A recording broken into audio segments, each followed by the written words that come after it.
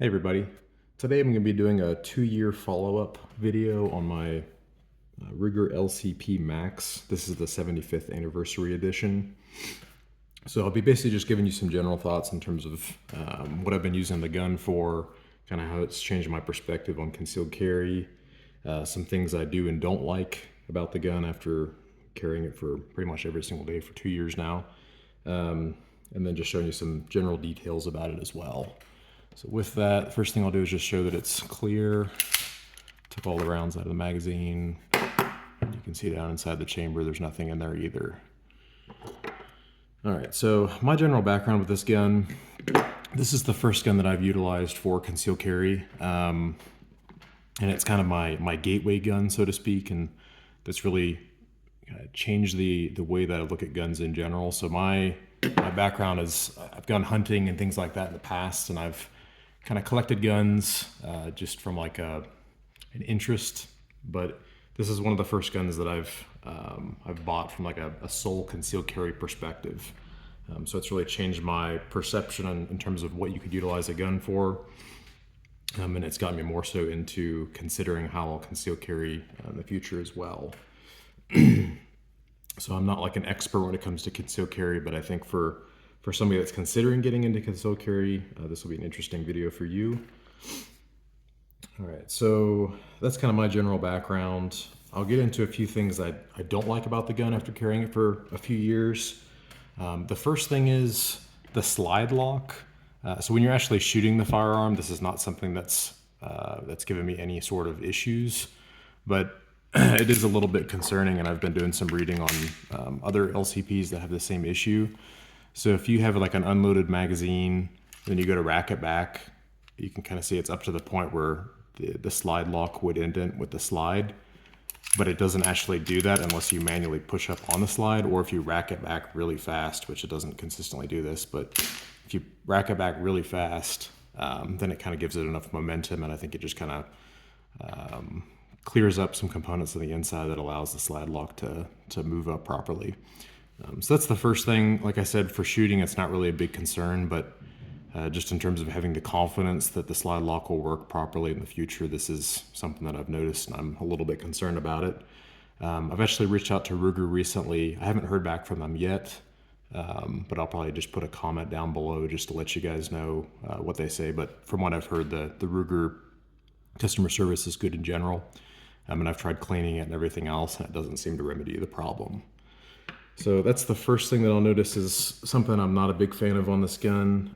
The second thing is the trigger dingus, which I like the idea that this is there. But the concern that I've had is essentially when I'm shooting, I have to slightly change the placement of like my trigger finger on the trigger itself. And I actually find that typically I will shoot slightly, I think it's a little bit low left. And I think part of that's just from the way that I put my finger on the trigger to correctly activate on the dingus. It kind of causes me to pull it. I'm sure if somebody were a better shooter than me, they wouldn't have that issue. But in general, that's something that I've noticed as well, is that I think they could have improved the ergonomics slightly to where it's a little bit easier to make sure your finger is always in the correct spot to displace it. So that's the second thing I'm not a big fan of. It's not a big deal, and I'm sure you could eventually train through it if you put enough rounds through it. But it's just something else that I've noticed. And then probably the last thing that I'll say is my other con is I'm not great at shooting this gun. Like the first few rounds that I put through it, like I have multiple other pistols that I'll typically take to the range, and I'll notice that this is one of those guns where I've got to put like 2 or 3 magazines through it to truly be proficient with it. And then for something I'm utilizing for concealed carry, it's quite a large concern that I've actually had more recently, is I want something that I can quickly pick up and just be proficient with it. Within like 3 to 5 yards, I have no issues with hitting something that's like let's say a 5 or 8 inch target. So I think realistically this is still fine for a concealed carry gun. But if I'm trying to hit something at like 10 or 15 yards, it becomes very difficult. So that's something else that I'll put in there. But if I do shoot enough with it, I can pretty easily hit like an 8 inch plate at 15 yards consistently.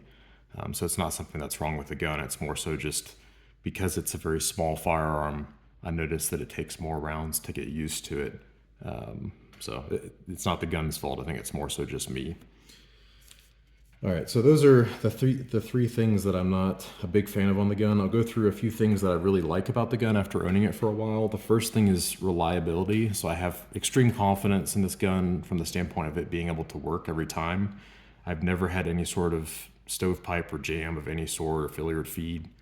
One thing I did notice that was a little bit peculiar, maybe this is just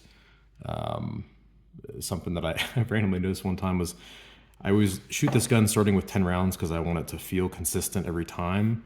And sometimes when I'll go back and watch the footage, I'll actually notice that I only shoot 9 rounds. And I actually think it ejects 1 live round every once in a while and doesn't actually put it in the chamber and allow me to shoot it.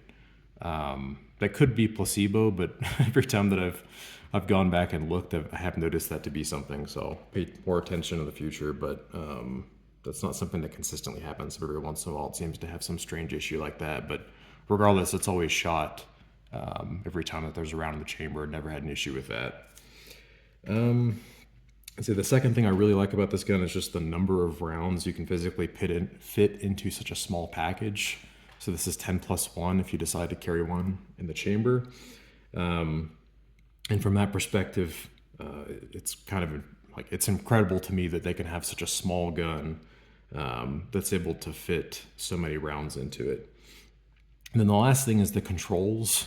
So everything's really easy to get to in general, and nothing's too easy to get to. And what I mean by that is, like, I've never had a single issue where I've accidentally pressed the magazine release. And then when I'm firing the last round, it always locks back, so I don't find myself accidentally putting my thumb onto the slide release. So that's something else that's really nice. Obviously, when it comes to the controls, I guess you can consider the trigger dingus to be something that I kind of knock myself. But I'm sure if you got enough rounds on with this gun, then I think you would like it as well and not have that issue. And then I think the sights are the next thing that I really like. So when it comes to this gun, a lot of really tiny guns like this, they just have like kind of a little notch on the rear and something that's just kind of milled directly into the slide, as opposed to this gun has sights that you can actually drift. And then it has like a tritium dot on the front, which is really nice for this price point. So those are the general things that I like. I'm sure there's various other ones that I can't think about right now. Maybe one last thing to point out in the things that I like is I've heard if you're buying like a kind of a traditional LCP, people will have issues with rust on the slide. And when you get like the 75th anniversary edition, which is, it kind of has like this little logo here on the top of the slide. Or I think they make various versions that are not 75th anniversary edition now that have the stainless slide. You don't have any sorts of issues with rusting over time. So if you've got it in your pocket and it's a hot day, or your appendix carrying or whatever else, you don't have to worry about getting rust that builds up on the slide. So that's another thing that I like about this edition of the gun.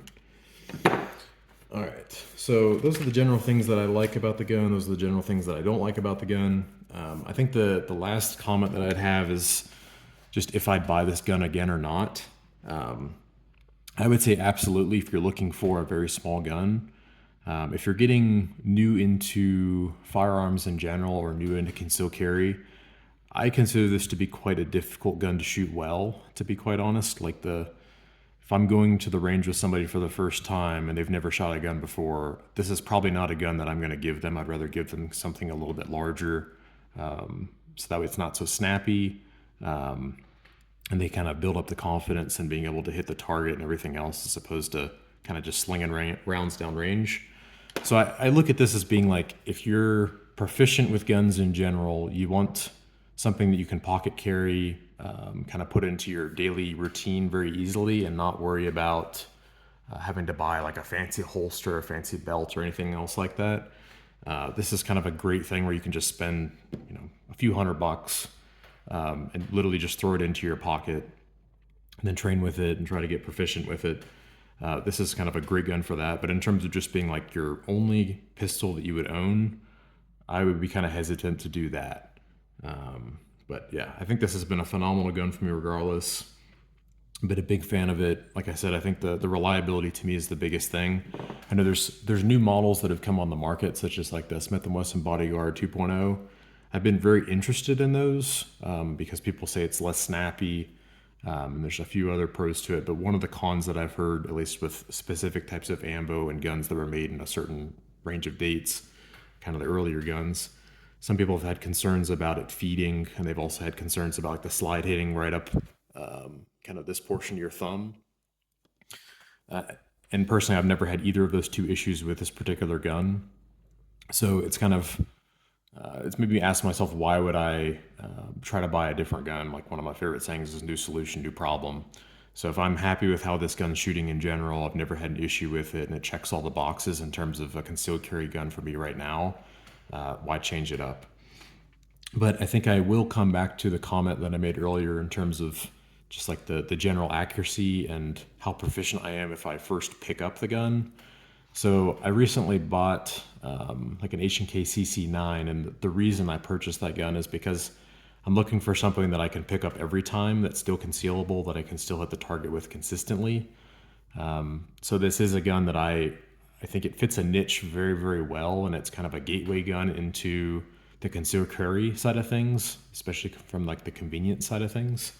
But now that I'm becoming more comfortable with carrying and everything else, I'm starting to look for a larger gun that I don't mind spending a little bit more time every day and setting it up and in my routine morning schedule or whatever else. So that's kind of why I'm looking into a larger gun now, and why I'll start carrying that pretty soon. But for me, at my stage in my life, this has been a phenomenal gun. I have no issues with it whatsoever, besides those few little gripes that I have. But I think, all things considered, with how small this gun is, Ruger did a phenomenal job, and I would highly recommend it to somebody if they're in that situation where they're looking for a kind of a first concealed carry gun and don't want to go through all of the hoops and hurdles of getting all that additional equipment. All right, well, thank you guys for watching. Feel free to like and subscribe, and put any comments or questions you have down below. Thank you.